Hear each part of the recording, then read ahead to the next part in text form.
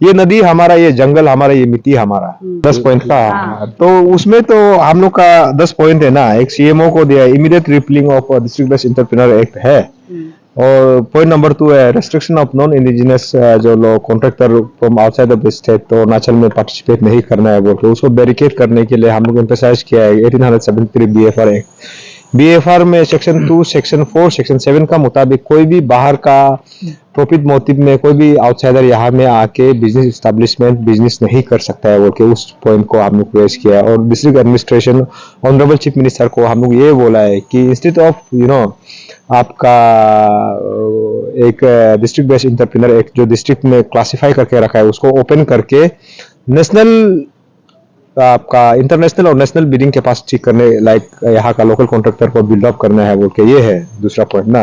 तीसरा पॉइंट है revamp and composite reintegration of government school in PPP mode ना।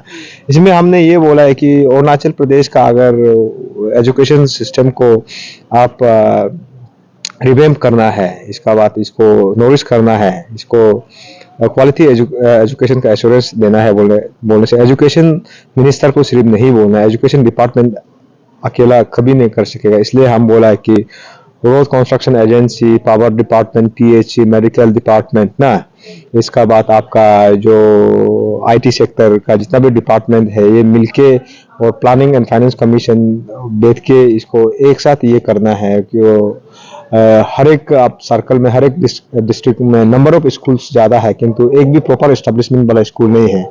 इसलिए जहाँ में 0 इनरोलमेंट वाला स्कूल को क्लोज डाउन करके सर्कल में 2 या 3 स्कूल करके विथ प्रॉपर मॉडर्न फैसिलिटी का साथ अडोप्ट करके उसको और पीपीपी मोड में इसमें all the सीवीओस of Arunachal Pradesh का जो भी सीवीओस है और जो जितना भी लाइक माइंडेड एनजीओस है जो विलफुली आगे आता है उसको पीपीपी मोड में चलाने दो बोल के कॉन्सेप्ट जैसे कि आरके मिशन का, बीकेबी का जो कॉन्सेप्ट है इसमें हम लोग ये एक दिया है कि जो टीचर जो क्वालिटी जो टीचिंग नहीं दे रहा है उसको बीआरएस देना है, ये हम लोग रखा है। गौतम जी आपका एक 10 पॉइंट में एक पॉइंट ऐसे कि काफी इंटरेस्टिंग है जो कि आपका 1 साल पहले का एफआईआर है केस का है जहाँ पे हमारे ऑनरेबल सीएम का ओएसडी का भी नाम मेंशन किया गया है। तो ये जो एफआईआर है इतना 1 साल क्यों स्ट्रेच हो रहा है और अगर ये होता जाएगा अगर उन्हें विड्रॉ नहीं करेगा तो अंशु की तरफ से क्या स्टैंड होगा?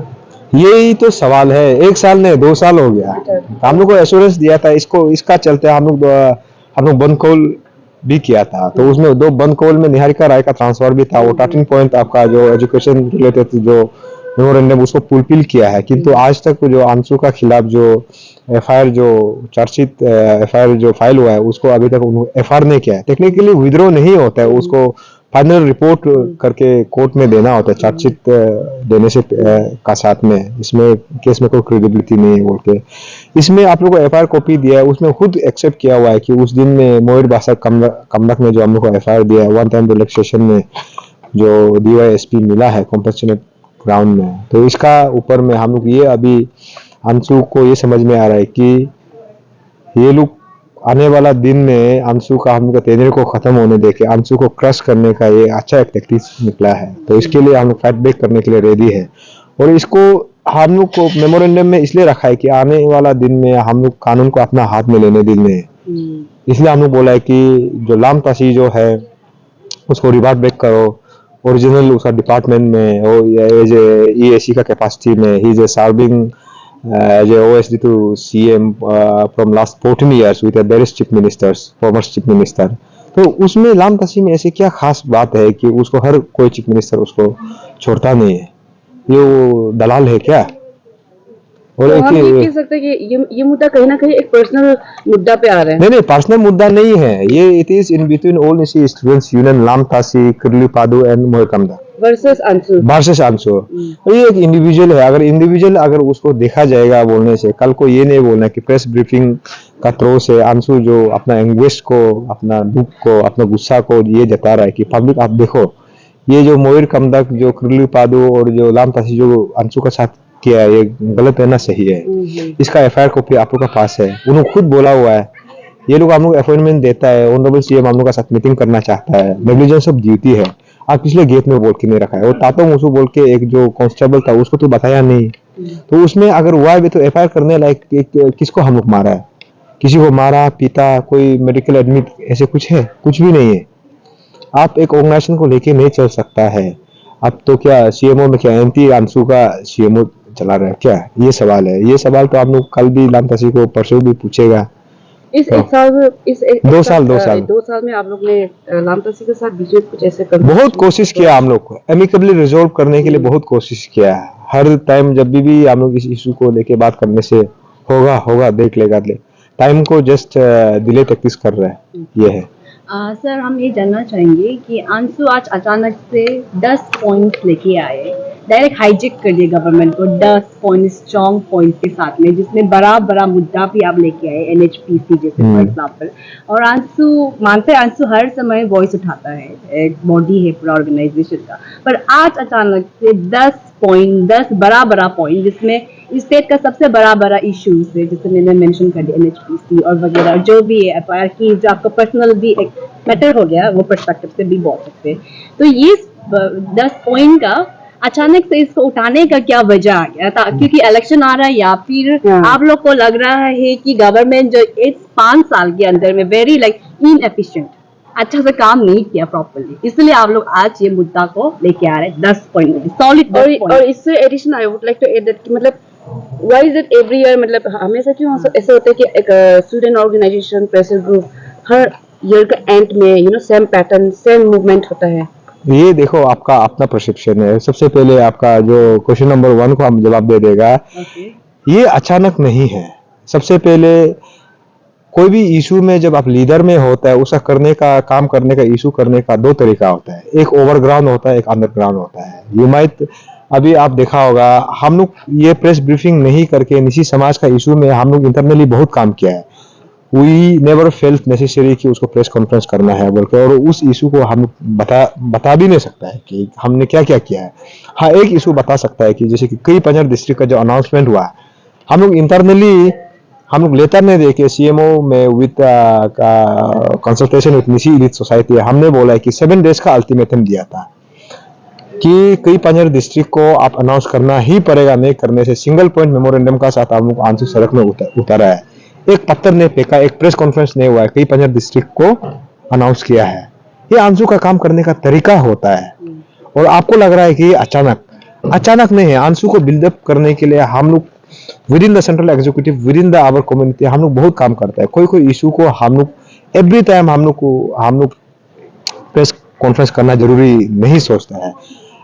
जब इशू जो प्रेस कॉन्फ्रेंस करने लायक है सोचने से, तब हम लोग आगे आता है। और ये 10 पॉइंट जो ऐसे है कि एक्चुअली बोला जाने से इतना स्ट्रॉन्ग पॉइंट है कि इसको हर एक पॉइंट के लिए एक प्रेस कॉन्फ्रेंस बैठना चाहिए, बट देन हम लोग का पास टाइम नहीं है। इसलिए हम लोग ओवरऑल आप लोग को सुंदर से ड्राफ्ट करके कॉपी इनक्लोज करके सबको हम लोग मीडिया टीम को सर्कुलेट किया है।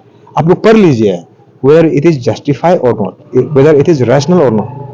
तो इसलिए आपका ये सवाल मेरा हिसाब से I am not agree with your statement कि अचानक से क्यों।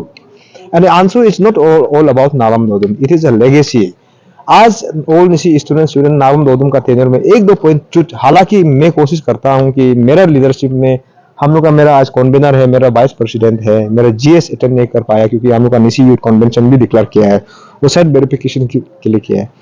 अगर छूट भी जाता है, this issue will be continue with आपका आने वाला इनकम्बेंट उसको कंटिन्यू करेगा, ये है। तो इसलिए आप बोला। और दूसरा आप जो बोला है कि अचानक से हम लोग के लिए आंसू जो एक जर्नी है 1982 से लेके आंसू का वॉइस को, जो आंसू का प्रियम्बल का, आंसू का जो मोटो को जो कैरी कर रहे हैं ना, ये अचानक से एंड नहीं है। ये आपको अभी हम सवाल का जवाब दे दिया। ये इशू जो चलते रहेगा। कोई भी इशू को, कोई भी ये को 2 मिनट का मैगी नहीं होता। जैसे एफिशिएंस फियास्को जैसे सोचा है कि 2 दिन में खत्म कर देगा, 6 महीना में खत्म कर देगा, ऐसे नहीं होता है। कुछ इशू को इट विल टेक टाइम, जितना नेचुरल टाइम लगना है उतना लग के ही रहेगा। और अगर हम लोग सिर्फ इशू में यहाँ में सिर्फ गवर्नमेंट को हम लोग ब्लेम गेम नहीं कर रहा है, इनफैक्ट हम लोग उसको रास्ता भी बता रहा है कि ये 10 पॉइंट को आप कैसे करके रिजॉल्व करना है। फॉर दैट आप अभी हमको जैसे बिस्पक नगर का अभी NHPC का को लेके कोई किसी ने सवाल किया था, I have gone through the Lara एक पूरा हम गया है। अभी कोई सरकार land department secretary land, director land, कोई डीसी हमको सवाल करो, या तो आप लोग स्टडी करके हमको पूछो।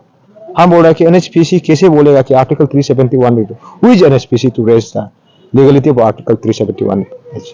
सारा पब्लिक मालूम है कि Arunachal is not constitutionally safe. We are seeking for 5th and 6th schedule, हम लोग को जहां में ट्राइबल राइट्स हो वो मांग कर रहा है। कौन होता है एनएचपीसी बोलता है कि यूएसएफ लेड, जो हमारा निशी समाज बोलो, अरुणाचल का जितना भी समाज है बोलने से, मेरा बस्ती का जितना भी पहाड़ है मेरा है। Who is NHPC to declare that is a USF unclassified state forest?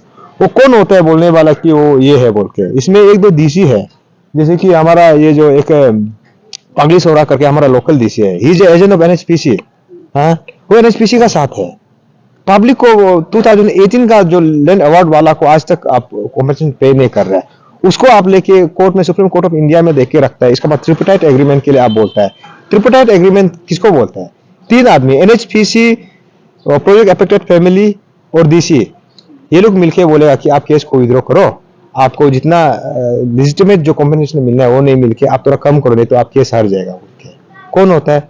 Government has to make their stand very clear कि ऐसे वाला आप हाइड्रो पावर डेवलपर को अरुणाचल में क्यों लेके आ रहे हैं। ये है एजुकेशन सेक्टर में, जैसे कि आपने ये ट्रिपल-P का जो मांग कर रहे हैं, तो कुछ साल पहले गवर्नमेंट अरुणाचल की तरफ से तो ईयर ऑफ एजुकेशन डिक्लेयर किया था, तो वो समय को आप लोग इसका क्यों छेड़छाड़ नहीं किया?